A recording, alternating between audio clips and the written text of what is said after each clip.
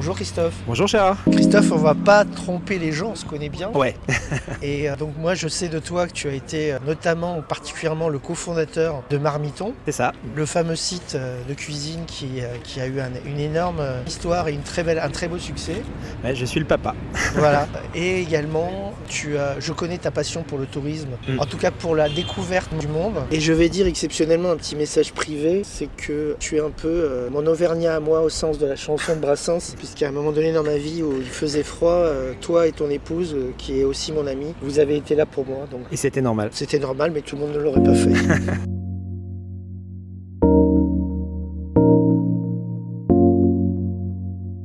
Alors maintenant, je voudrais, au-delà de ce que j'ai dit, c'est-à-dire donc cofondateur papa de Marmiton, etc., que tu me dises un peu ce que tu as fait depuis et c'est quoi aujourd'hui ton métier, tout simplement.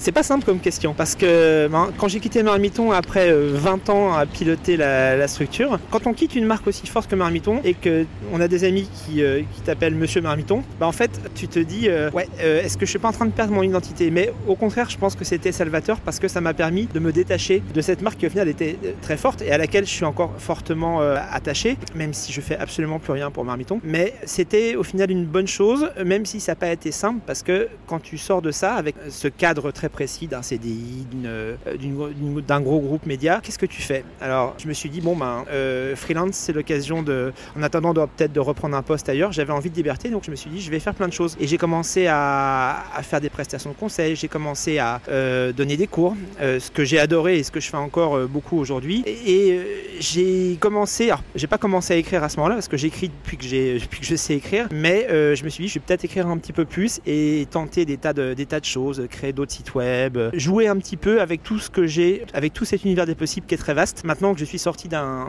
cadre précis. C'est un très beau parcours et effectivement j'avais oublié de dire que tu avais écrit des livres dont j'ai quelques exemplaires chez moi. Alors avant d'attaquer le questionnaire du bonheur c'est les autres, je précise qu'on est dans un petit parc, juste à côté de la fameuse église de Saint-Germain-des-Prés. On a un grand arbre devant nous, plein de nature devant nous, et voilà. Et il fait beau en plus. Alors c'est magnifique. Alors maintenant que j'ai sorti cette saillie bucolique, commençons notre interview.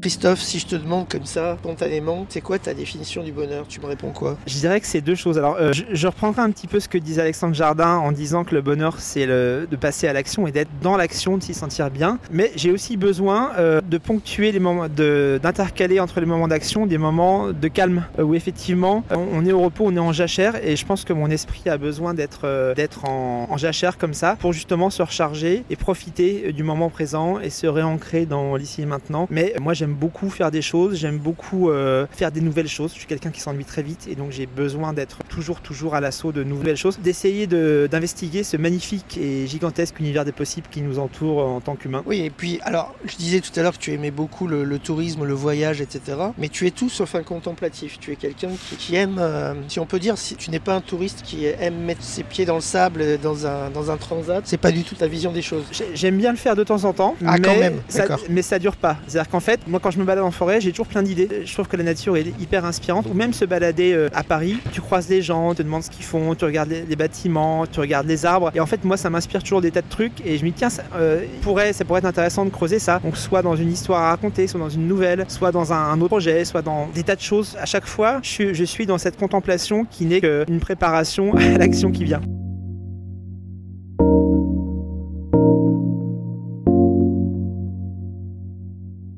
Je disais que je te connaissais bien, mais en fait, je ne sais même pas si tu as des frères et sœurs. Je suis fils unique petit-fils unique des deux côtés. C'est-à-dire qu'en fait, j'ai été un enfant très seul. Et alors justement, moi je voulais savoir, tu as été très seul, mais quel est le souvenir heureux que tu as gardé de ton enfance? C'est des souvenirs liés, comme tu imagines, à ce qui se mange. En fait, j'ai des souvenirs formidables. Quand ma mère faisait des choux à la crème, quand elle n'allait pas travailler parce qu'il y avait une grève de transport ou des choses comme ça, elle me faisait des choux à la crème et j'adorais ça. Et c'est ce qui a fait qu'à un moment donné, quand j'avais, je sais plus si j'avais 12 ou 13 ans, je me suis dit, c'est tellement tellement bon, ma mère n'est pas dispo pour en faire, je vais les faire moi-même. Et c'est là que j'ai réussi mes premiers choux à la crème et je me suis dit, mais si je suis capable de réussir ça, en fait, la cuisine, c'est pas compliqué, je peux réussir n'importe quoi. Et c'est vraiment cette idée-là qui m'a conduit à créer avec mes amis, quelques années plus tard, le concept de Marmiton, qui est cette logique d'aider les gens à ne pas avoir peur de se lancer en cuisine. Et elle était où, cet enfant? Tu l'as vécu où? J'étais à Paris. J'ai toujours été parisien, pareil depuis plusieurs générations, parisien. J'adore Paris, mais j'aime Paris aussi parce que j'ai la possibilité de m'en évader de temps en temps. Parce que Paris est génial, mais il faut pouvoir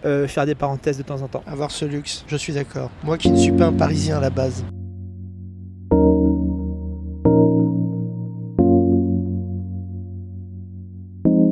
Alors je sais que tu lis beaucoup de livres, que tu vas aussi au cinéma, que tu vas aussi de temps en temps au théâtre. C'est quoi le film, le livre ou la pièce de théâtre, ou bien encore l'auteur qui t'a marqué de façon indélébile et pourquoi?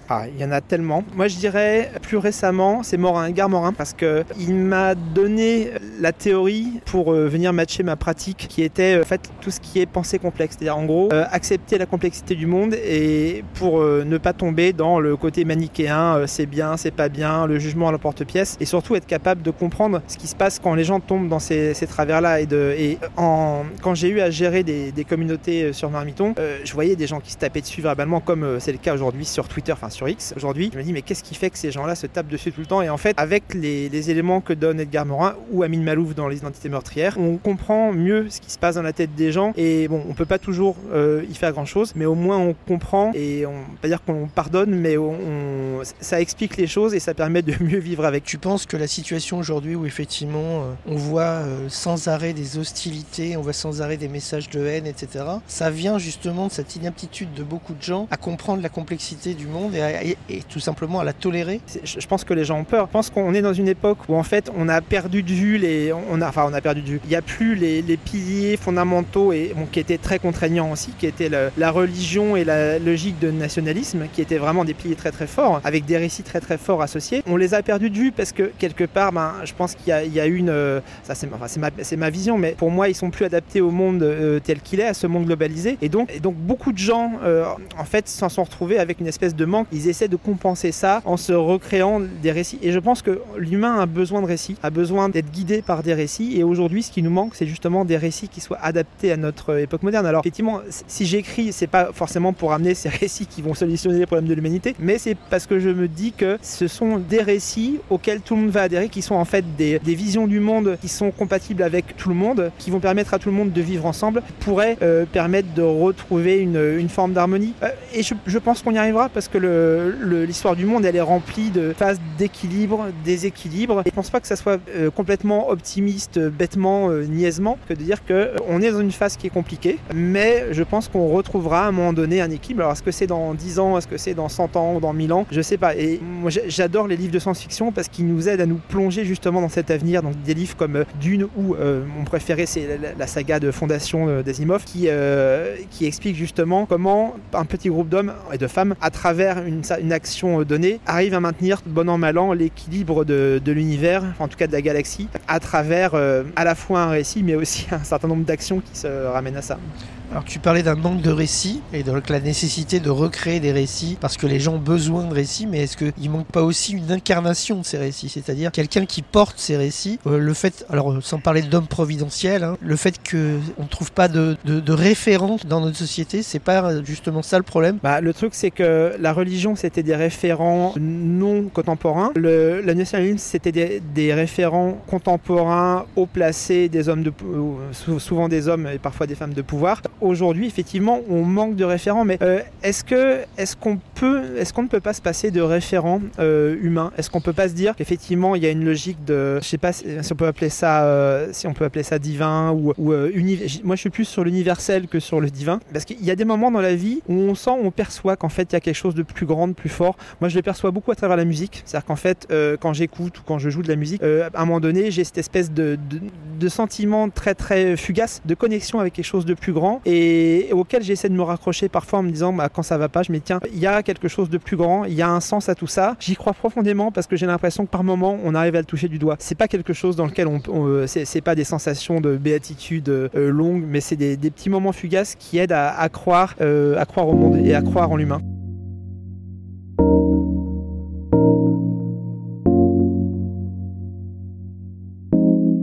De quoi ne voudriez-tu surtout pas te passer dans l'existence, sous-entendu pour être heureux? De bouffe. De bouffe évidemment, mais en fait je peux m'en passer ponctuellement. J'ai même fait des semaines de jeûne, histoire d'expérimenter comme toujours. En fait, mais je pense que justement une des raisons pour lesquelles j'ai l'impression d'être sur Terre, c'est pour expérimenter des choses. Moi en fait, je peux pas me passer de nouveautés, je peux pas me passer de nouvelles choses à vivre, à expérimenter. La relation avec les autres étant quelque chose de fondamental dans cette expérimentation, c'est-à-dire découvrir de nouvelles personnes ou même refaire le monde avec les personnes qu'on aime. Moi je passe beaucoup de temps à discuter avec ma femme et ça fait partie des grands bonheurs de la vie, d'avoir de compenser le fait que, mine de rien, en tant qu'humain on se sent toujours un peu seul, et c'est un peu le drame de l'humain. Je vais pas réinventer la philosophie en disant ça, mais en fait la connexion aux autres et le fait de pouvoir toujours mettre en perspective notre perception du monde qui n'est qu'une perception à travers le regard des autres, ça c'est fondamentalement un bonheur. Et je trouve que ce qui est très intéressant, moi je suis accro au podcast aussi, et ce qui est très intéressant avec les podcasts, c'est qu'on est toujours dans une logique de mieux comprendre le monde en s'intéressant au regard des autres sur ce monde, et c'est ça c'est ça que je trouve intéressant dans la vie en général. C'est ça, c'est le bonheur, c'est les autres. Exactement. Et à propos d'autres, on était là, il y avait un petit vent frivolant qui nous tournait autour, et puis il y a une mère et sa fille qui viennent de passer devant nous et qui nous voient sur un banc en train de faire cette interview et qui simplement nous saluent de la main comme ça. Je trouve ça magnifique. On fait tous partie de la même humanité.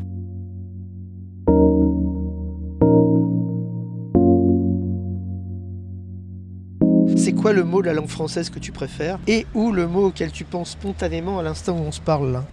Emberlificoté, ça c'est le mot spontanément auquel je pense. Pourquoi je pense à ça? Je n'en sais rien. Je pense que c'est rapport à la notion que j'adore, qui est la notion de complexité.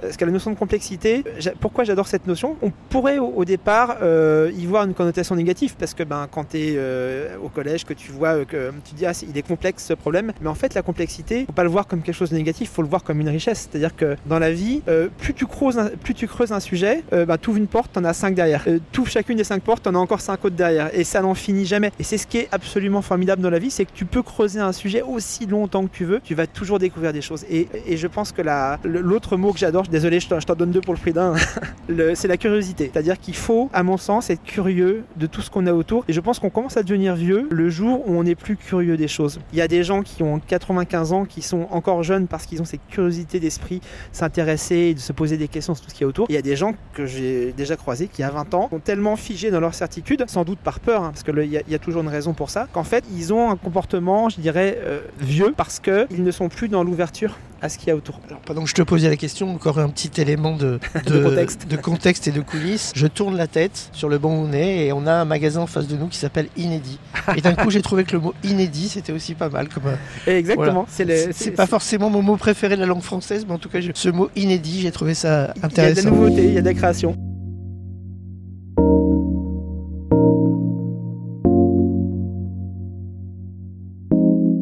Justement, tu viens de dire que tu n'aimais pas les gens qui étaient figés dans leur certitude.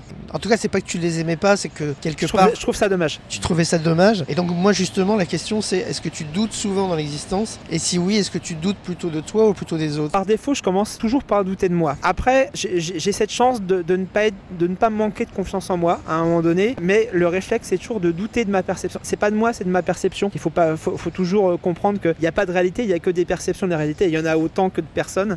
Et que d'être vivant, je pense. Mais cette logique de doute, elle est très importante, parce que si tu ne doutes pas, tu peux plus être ouvert à d'autres points de vue, tu peux plus être ouvert à la complexité et à la beauté du monde, parce que tu ne peux plus apprendre. Et donc douter, c'est le début d'un processus d'apprentissage de quelque chose de nouveau. C'est-à-dire que, ok, je connais ça, mais en même temps, est-ce que je le connais suffisamment, et qu'est-ce qui n'est pas bon dans ce que je connais, qu'est-ce qui n'est pas juste dans ce que je connais, et donc je vais m'ouvrir comme ça à essayer d'avoir une perception différente ou plus riche, plus large de la chose en question. Et c'est pour ça que le doute, c'est au final un très bon exercice. Après, il ne faut pas être figé là-dedans. Tu as beaucoup de gens qui sont freinés par le doute parce qu'ils doutent d'eux-mêmes, ils doutent de leur capacité justement à appréhender les choses et à appréhender ce doute. Il faut douter de ce qu'on voit et de ce qu'on perçoit, mais je pense qu'il ne faut jamais douter de soi, parce qu'on on a tous des capacités beaucoup bien supérieures à ce qu'on pense de gérer les problèmes auxquels on est confronté. C'est-à-dire que dans la langue française et dans l'acceptation qu'en font notamment les médias, le mot doute doute est connoté péjorativement. On dit il est douteux, Ouais. on parle de gens qui sont perpétuellement sceptiques, etc. Et on dit le doute, par exemple, quand il est managé ou enfin en tout cas géré de manière complètement excessive, il conduit à toutes les aberrations qu'on a connues par exemple pendant le Covid. Alors que le doute, par exemple, c'est la base des sciences. Bien sûr. Il peut pas y avoir de science sans doute, il peut pas y avoir il faut tout le temps remettre en question les choses. Et d'ailleurs, il y a un truc, moi, qui me rassure beaucoup, c'est quand un expert doute. Moi, un médecin qui ne doute absolument pas, ça me fait fuir. Alors qu'un médecin qui me dit, là-dessus... on en a connu là, je suis beaucoup pas pendant sûr. le Covid. Des médecins qui doutaient de rien. Les gens qui doutent de rien me font peur. Ouais. Parce que pour le coup, je me dis, cette personne n'a pas conscience de ses limites. Et en fait, comprendre ses limites et la limite de ses perceptions, c'est le début de la sagesse. Exactement. Et des deux côtés, on a connu ça. C'est-à-dire, on a connu des médecins qui doutaient de rien et qui avaient des certitudes. Et de l'autre côté, des gens qui doutaient de tout et qui remettaient tout en cause. Et donc, en fait, entre les deux, on devait naviguer. On était entre le marteau et l'enclume en permanence.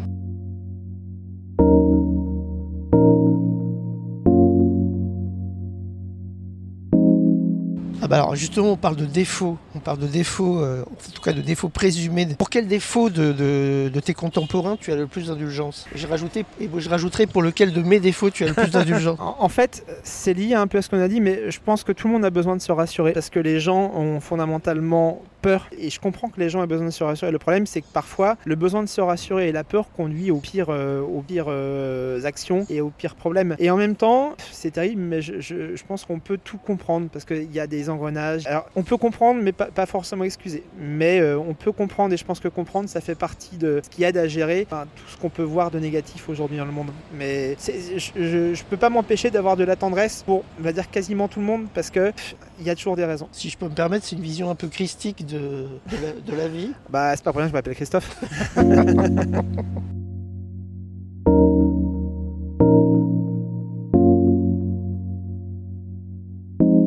Tu en as parlé déjà un petit peu tout à l'heure, que tu disais que tu étais malgré tout foncièrement optimiste pour l'avenir. Et on est dans un pays qui est très globalement pessimiste, on est le 3e pays le plus pessimiste du monde. C'est terrible en France ça. Voilà. Et qu'est-ce qui toi te rend globalement optimiste malgré tout pour l'avenir, au-delà de ce que tu as dit tout à l'heure ? L'humain change pas. En fait, fondamentalement, on a encore le corps, le cerveau, la manière d'être des chasseurs-cueilleurs. Moi j'ai adoré le Sapiens, le bouquin de Yuval Noah Harari alors après on peut critiquer sur certaines choses, mais en même temps c'est comme tout, ça n'est que sa vision, que sa perspective, et cette perspective est extrêmement intéressante dans le sens où ça remet en perspective ce qu'est l'humain. C'est pas parce qu'aujourd'hui on a un smartphone et on aura peut-être demain des puces dans la tête grâce à Elon ou pas. Au moment où on se parle, c'est en train d'être un fiasco, mais bon, nous verrons. Il y a des bonnes idées qui peuvent ne pas être si bonnes que ça, mais bon, ça dans les faits on n'en sait rien pour l'instant. Mais en fait on reste des humains et ce qui fait que l'Homo sapiens a réussi à arriver jusqu'à aujourd'hui, c'est sa capacité d'adaptation et sa capacité à créer du lien avec d'autres. Et fondamentalement, on a besoin du lien. Et je pense que naturellement, on n'est pas stupide et on a besoin de ce lien. Et à un moment donné, on va bien finir fondamentalement par comprendre et aller attendre, malgré toutes les choses qui ont pu se passer et qui peuvent encore se passer, par tendre vers une logique de compréhension et aller vers ce lien globalement. Parce qu'on a aujourd'hui les outils pour faire quelque chose de beau globalement, comme une forme de méga-organisme global qui est, en tout cas on est un écosystème qui est la planète Terre. Je pense qu'on a les outils pour en faire quelque chose de magnifique. C'est juste qu'il faut qu'on se mette d'accord et qu'on dépasse et qu'on ait une perception et une histoire, j'en reviens toujours à ça, un récit global auquel on adhère et qui nous permet enfin de nous coordonner et d'arrêter de nous taper dessus et de nous faire du mal à nous-mêmes, parce qu'aujourd'hui toutes ces logiques négatives, en fait, on tape sur les autres, mais en tapant sur les autres, on se fait du mal à soi-même aussi. Il faut que les gens arrivent à comprendre et à sentir dans leur trip ça, et qu'on arrive à l'organiser globalement.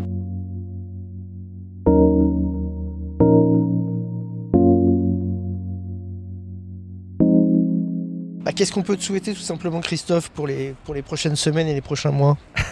Pour être heureux, évidemment. Pour être heureux, de continuer à faire des tas de choses qui m'intéressent sans m'épuiser au passage, parce que parfois je tire un peu sur la corde de l'épuisement physique. Tu t'épuises et peut-être tu épuises un peu aussi les autres autour de toi, non? Non, ça je pense pas. Je pense que j'arrive vraiment à faire la part des choses. Moi, ce que j'aimerais, c'est à un moment donné, peut-être faire un peu moins de choses, mais être plus dans l'écriture, être plus dans cette logique Alors, je viens de terminer un livre mes techniques sur l'entrepreneuriat qui va sortir chez Duno en octobre, où je raconte l'histoire de Marmiton et j'essaie d'en tirer une sorte de guide pratique pour les gens qui veulent créer leur entreprise. Chouette.